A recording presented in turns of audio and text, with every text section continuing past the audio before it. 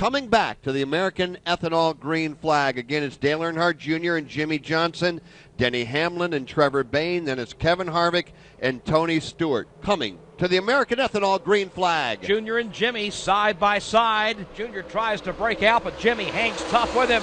Big push from behind. Denny Hamlin right down on the inside lane behind Dale Earnhardt Jr., pushing him up to turn one. All chips in the center of the table now. Green-white checkers for all the marbles, and Earnhardt is away with the lead. Hamlin shoves his way to second. Kevin Harvick trying to bull his way through the low line to third. Jimmy Johnson will fall back into that side-by-side battle with Kevin Harvick. Now here's Hamlin. He'll jump up in front of Johnson. Junior will jump up in front of Hamlin. Oh, Junior's making that car awfully wide, trying to keep them all behind him as they race back to three. Denny Hamlin pedaling hard back into corner number 4. He's in the second position. Kevin Harvick is third down low, but it's Dale Earnhardt Jr., the race leader. Racing off turn number 4, back to the start-finish line. Dale Earnhardt Jr. at the front of the field. He will see the white flag in the air. The race for second is a good one. To the inside, it's Denny Hamlin. To the outside, it's Jimmy Johnson. Final time into turn number 1 for all the marbles. Junior with the lead. Hamlin second, leaning on Jimmy Johnson as they touch in the middle of the corner. Hamlin down low. Johnson up high. Dale Jr. leads by 2. Dale Earnhardt Jr. to the bottom of the racetrack. They're jostling behind him now as they race halfway down the back straightaway. Here's Junior. He'll jump up in front of Jimmy Johnson. Dale Earnhardt Jr. leads back to the corner. He was so strong here on Friday in practice. He's been dominant here throughout the evening. At Daytona, the final time off turn 4, Dale Earnhardt Jr. with the lead. As it should be, Dale Earnhardt Jr. shows the way, crosses over to block Denny Hamlin into the tri-oval. Jr. scores the win. Hamlin spins at the line. 12, 13 cars involved in a spin at the start-finish line. Fire coming out, sparks everywhere, everyone spinning, but Dale Earnhardt Jr. does the job. He gets it done tonight, winning for the 4th time at Daytona. Well, this is a bad crash here to end this one. Austin Dillon upside down into the outside catch fence area.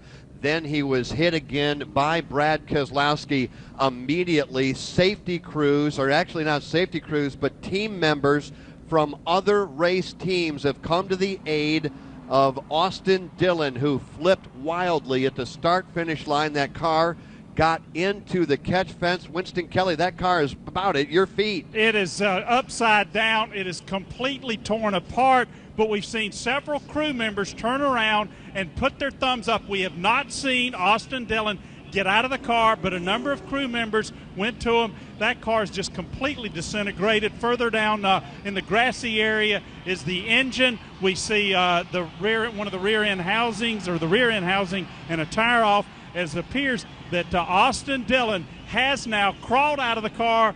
He's taking his helmet off, so Austin Dillon has not made his way to the ambulance, but he is out of the car, and he puts his hands up in the air. So Austin Dillon is okay after a scary, scary crash here at the end of the Coca-Cola 600, or the Coca-Cola 400. And no better way to describe it than scary, scary, Rusty Wallace. Austin Dillon got out of that race car, turned, and I think you could hear the crowd in the background acknowledging Austin climbing from that just destroyed race car. It was a really good look, and one thing that was so cool is everybody was past the start-finish line. The wreck happened after that, and when I was sitting there, the crew ran out. A lot of crew guys to help Austin Dillon. It was safe for them to do that, and Austin had to love those crew guys trying to help him. We got a catch fence tore up a little bit. We'll have to take a look at this later on. All right, Rusty, thank you very much. Now, this was a wild end to this. Let's not forget that Dale Earnhardt Jr., he won today as we see the engine actually laying in the infield grass of Austin Dillon's car. Boy, that's going to make a top 10 list somewhere. But the good news is, again, Austin Dillon did climb from that race car. Same for Brad Keselowski. Other cars were involved. We believe at this particular point that everybody is okay. Our congratulations to Dale Earnhardt Jr. He has won here at Daytona for the 4th time in his career. He was out front at the end of the AutoZone Go Zone. Every NASCAR driver knows the closing laps of a race are when the tensions mount and victory is within sight. With the laps counting down, it's time to make your move and get to the front. You're in the AutoZone Go Zone. Back at Daytona International Speedway, no one has left the grandstands after a wild finish. Dale Earnhardt Jr. does get the victory. Again, so many cars beaten up and bruised, and the scary ride for Austin Dillon. We'll cover it all for you, but right now to Alex Hayden. Yeah, Jeff Gordon is down here. He's actually taking a peek at the replay himself. Jeff, a wild finish there. What did you see happen? I think somebody turned the 11 on that final lap. And you know, this is this is why we love our fans, man. They come here to see some crazy, wild stuff, and we're going to give it to them, because I tell you what, on that last lap, nobody's lifting. There's nobody that's letting out of the gas. Unfortunately, this is the result of it. I hope everybody's okay. That's a scary, scary accident, but I just know I think I had Harvick ahead of me. I had the 3 behind me, and I saw the 11 get turned sideways right as we got to the start-finish line. And then, you know, I got into the back of the 4. He turned, and somebody got in the back of me. I turned, and just created chaos and melee. It's the best finish I've had here in a long time. So, you know, I'll take it. I just hate to see it happen that way. That's Jeff Gordon. 6th place finish here at Daytona tonight. Let's go to Steve Post. Working back here in the garage area, Alex, they're trying to track down Kevin Harvick, but he's way up at the other end. We'll see if we can catch a word with him in just a moment. Again, with the helter-skelter style of the finish here, a lot of the top 5 finishers who are normally herded together by NASCAR to be accessed by our reporters after the event, well, they've all spun and gone in all sorts of different directions. But again, the best news of it all, in addition to Dale Earnhardt getting the win, if you're a Dale Jr. fan, is the fact that Austin Dillon came across the line, and as the car was totally disintegrating, bouncing off the catch fence, getting hit by others, he ends up okay, climbs from the car, unofficially comes home in 7th spot, but remarkably, the power plant, the entire engine of that car, is sitting on the grass here in front of the main grandstand, Steve. It's almost a maudlin-looking trophy.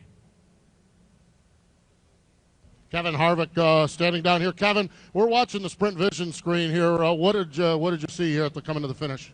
Yeah, just a lot of pushing and shoving. Just got to thank everybody on my Jimmy John's team first. And I caught the 11 there. He had a big piece of damage on the left rear, but at that point you couldn't let off, and then it finally just snagged him and turned him as he was kind of in the middle of the track. So hate that all happened, but just at the end of the race it just becomes pretty aggressive.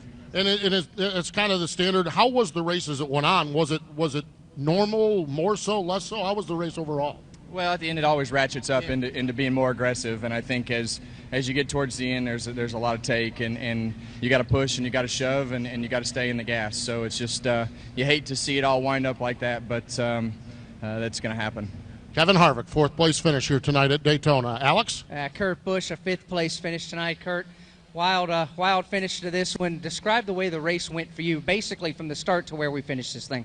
It was a tough battle. We had some damage on the right front that we had to repair, and went back, went forth. We didn't quite lead tonight. The 88 and the 48 were really strong, but I'm really proud of our Haas Automation Chevrolet team. The way that the race could have played out, I don't know if we could have gotten anything better than 5th. And so it's just one of those races where it comes down to the end, and I think of it like poker. You got to get to the final table, and we were at the final table. We had fresh tires. I just put it in the middle and let it rip, and we finished 5th. So it's just tough to see a finish like that. We want to see the car stay attached to the track. No question. Kurt Busch comes home today in the number 5 position. All right, Alex, thank you very much. In just moments, we'll be heading down to Gatorade Victory Lane, where we will hear from Dale Earnhardt Jr. He led 96 laps here today. Next closest, Jimmy Johnson. He led 35 laps. And for Dale Earnhardt Jr., he's continuing to be a master on the restrictor plate tracks. He has won 3 of the last 7 races on the restrictor plate tracks, both Daytona and Talladega. Of course, 4 Daytona wins now, is tied for 7th all time, and his 16 total wins at Daytona, counting the NASCAR Xfinity Series and non-points events, showing that he very much along the lines of his dad, who was a master at the big tracks, Dale Jr., just continues to be the guy to beat. And he told us on pre-race coverage that he had the car that could win, and he knew exactly what he was talking about. I don't know if anybody expected it would be at 9 minutes before 3 o'clock in the morning, but nevertheless, Dale Earnhardt Jr. picking up the Ryan Newman, Trevor Bayne, and Clint Boyer. That was your top 10 here at Daytona International Speedway. Lots to bring you, of course. We'll be hearing from other top finishers. But right now, we await Dale Earnhardt Jr. making his way to Gatorade Victory Lane. And he and Greg Ives, they told us again earlier this week and again here today, they said, we have the race car that can win this event. And it was interesting when Dale got out of his car in Victory Lane. First thing he did was turn around and applaud the entire crew who had beaten him to the Victory Lane area. He turned around, gave them a wild round of applause. So right now, let's head down to Gatorade Victory Lane and hear from the man of the morning, Dale Earnhardt Jr. Eli just saying the man of the morning, the man of the hour, Dale Earnhardt Jr. So much to talk about, exciting race. Take us through that last couple of laps and that last restart and what you had to do to hold those guys off. Well, the guys that deserve all the credit are standing here in Victory Lane with me. The engine guys back at the shop, they do such an awesome job building motors for these cars. We have the best engines in the sport. We have for years. My guys in the 4888 shop put together such great race cars. This is our Talladega winner, so we knew it had good potential. And I just wanted to be on the inside. I really think a lot of Denny's restrictor plate skill, so I felt like that he was a good guy to be in front of. It just didn't make any sense to me to pick the outside lane with so few laps to go. It just seems like you're given an opportunity to that inside lane. So if I could make the work, I wanted to do it on the bottom. Denny's really good at the plate tracks, and he gave me some great pushes getting out into the lead there. And so that worked out for me. I know the 4 was behind him and giving him some opportunities to get to us. But we pulled in front of all the lanes that were coming to keep our car's momentum up and keep getting the shove from the guys that were coming. And it worked out okay. Just hate to see what we saw there at the end. That scared the hell out of everybody, us included. I saw it all in the mirror. It's just very frightening. Really glad that everybody's okay. Hate to see the race end that way. Looked like it was going to be between you and Jimmy Johnson most of the day, the two strongest cars. What do you feel like gave you the edge to come home to Victory Lane? Just the power in this car and the ability this car has to pass. We got shuffled back a few times, and it's all race car when you're trying to make the moves to get back up there. If you know where to put it, it'll go and get to where you want to go. So I made some good choices, but the car's got to be able to make that happen, and if it can't, you're not going to go anywhere. So a lot of good race car power, engine Hendrick power, and these guys standing here that put it together is just amazing. Such a treat. I've been in, I don't know, I just feel real lucky that I've been in such good equipment at Daytona and Talladega pretty much my whole career. It's been an amazing ride. Second time in 2015, he's in Victory Lane, backing up Talladega. Fourth time at Daytona, Dale Earnhardt Jr. in Victory Lane. All right, Winston, thank you. And, of course, our congratulations to Dale Earnhardt Jr. That celebration is going to continue for a while down in Gatorade Victory Lane. Gatorade, the official sports beverage of Daytona International Speedway. Let's go back to Alex Hayden. With the driver who, after NASCAR looked at it again, comes home second. Jimmy Johnson, wild finish. You've had the opportunity to see multiple views of it on a monitor. Your thoughts here on this finish of this one at Daytona? Really just hoping everybody's okay. I mean, man, that was a massive, massive wreck. Happy to hear that Austin's okay. I've never seen a car stop that fast. I mean, it is just incredible what took place over there and how he got airborne, too. Typically, you see a car backwards to get airborne, and he just had a little contact on the left front and got air under the nose, and the thing took off like an airplane. So I'm glad Austin's okay. I'm just hoping that the fans are okay. It's a frightening moment. And then I saw it in the mirror, and I didn't know what to think. I mean, it's just a frightening thing to see, and certainly hope everybody's okay. Was it the type of racing you expected tonight, or did you have the opportunity, if you could, to pull out by yourself and make any passes? Passing for the lead was really tough. You could pass and get to second with ease to a certain degree if you're doing stuff right. But to pass for the lead was the hardest thing to get done. And you put Dale Jr. on the front of this thing with how great of a driver he is and how well he works the draft. You're not going to get by. So congrats to him. It looks like we got a 1-2 for the shop, and I know that's a very proud moment. And I'm sure it'll be a party till probably midday tomorrow over at Junior's house. Whenever that might be. Jimmy Johnson comes home today in the second position. All right, guys, thank you very much. You know, normally when the driver goes across the line and gets the checkered flag, he gets on the radio and he starts celebrating the victory. But interesting, as you will hear right here, Dale Earnhardt Jr. didn't celebrate the win. He showed concern about the accident. Checker flag right here. Big wreck in your mirror. Big wreck in your mirror. Oh, no. Oh, my God. Holy that looks awful. Yeah, buddy, it's pretty bad. Oh, no. Good job, Dale. He's already out, buddy. He's out of the car. He's already getting ready to get out. Is everybody all right? Yeah, they gave a thumbs up. They gave a thumbs up already. Is everybody in the grandstands okay? Yeah, I don't see any commotion really in the grandstands here, buddy. I think everything, 10-4. So all the drivers are good and everybody's good in the grandstands. Yeah, Austin's out of the car, and I don't see anybody really hurt in the grandstands. There's no real commotion or anything. I think everything's good. Maybe just a couple little minor pieces. Damn. That's good news. Man, that looked so scary. And folks, that is an insight into exactly what Dale Earnhardt Jr. is about. Sure, he was happy to win, but the concern, as you heard, was about Austin Dillon and, importantly, about the fans in the grandstand. That winning moment brought to you by Advance Auto Parts. Advance Auto Parts introduces Speed Perks Reward Program. Spend $100 and get $20 off your next qualified purchase. No cards, no points, no nonsense. See details online at advanceautoparts.com. Back downstairs to Steve Post. Well, out of the care center, the good news is Denny Hamlin. Denny, looks like you're all right. And what happened out there? I got turned by the 4 right at the line, where, you're pretty much the race is over. I mean, we're not going to win from the position we were at. But, I guess he's pushing. He's trying to help. And just got in a wreck there, and it tore up a lot of stuff. But, it looks like everybody's okay. So, overall, a really good day for our FedEx Crown Toyota. I mean, we were battling within those Hendrick engines all day, and their cars are fast and they're really good drivers and they work well together and they just do such a great job. And I was proud to just be in the middle of them, actually. Now there we go. Denny Hamlin manages a smile talking about that, but boy, I'll tell you what, he's out of the care center, and Denny Hamlin is all right. And that was his 4th straight top 6 finish here at the World Center of Racing. So, we've got lots more to talk about, but Joe Moore, Jeff Striegel, Rusty Wallace, it happened right there at your feet.